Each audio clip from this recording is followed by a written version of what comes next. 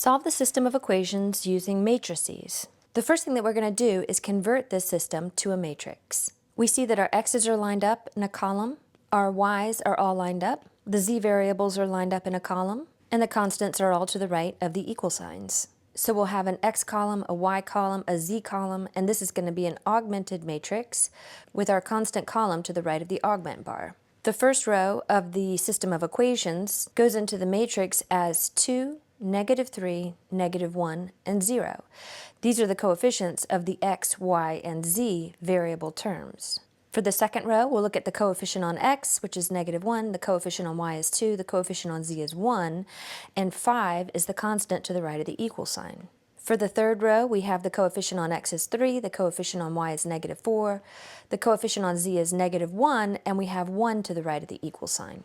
This matrix is a 3 by 4 matrix because we have 3 rows and 4 columns. So when we go into our calculator to input this matrix, we'll need to indicate that it's a 3 by 4. The matrix operator is above the reciprocal button in blue, so we hit second in order to access it, so second matrix. We go over to edit to input a new matrix into our calculator, and then we'll hit enter next to matrix A so that our matrix will go into matrix A. We need to tell the calculator that it's a 3 by 4 matrix, so 3 enter, 4 enter, and the calculator then opens up a matrix of appropriate size.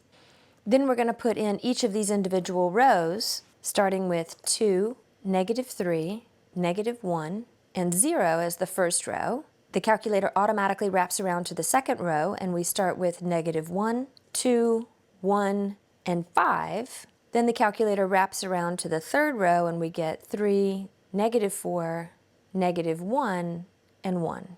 So we've input the matrix, but let's quit out of that screen and go to the home screen to pull the matrix onto the home screen and check our input. So we'll hit second matrix again, and this time we choose names in order to display the matrix that is in matrix A. So we hit enter again to display it, and this is an easier place to verify our calculator input.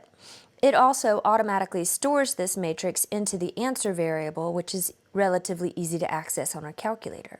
Now we want to use our calculator in order to convert this matrix into reduced row echelon form. So the function that we're looking for in our calculator is RREF, and we're going to say RREF of the matrix that's stored in the answer variable. We could also put matrix A in here, but since that matrix is on my home screen, I'm going to use answer to access it. So we'll go back to second matrix, and this time we're going to look into the math menu, which is where all of the matrix operators are located. So we arrow over to the right, and we go to the end of this list and look for the function RREF, 2 R's. So we select RREF, but then we have to input a matrix here, and we'll say second answer as an indicator that we are operating on the most recent answer matrix. So we hit enter, and we have our reduced row echelon form of the matrix that represents this system. Now the matrix is in reduced row echelon form, but it does look a little strange, which means that we likely do not have the one unique solution scenario. So to understand what we do have, let's return this matrix back to the system of equations. It's much easier to interpret from that perspective. The first row is going to return to being 1 is the coefficient on x, 0 is the coefficient on y, and 1 is the coefficient on z, so we have x plus z is equal to 0.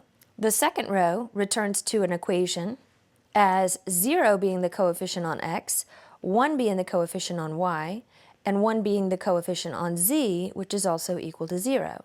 When we return this last row to an equation, what we see is that we get 0 is the coefficient on x, 0 is the coefficient on y, 0 is the coefficient on z, so on the left-hand side we just have 0, but on the right-hand side we have the value +1, and this is a contradiction because 0 is not equal to +1.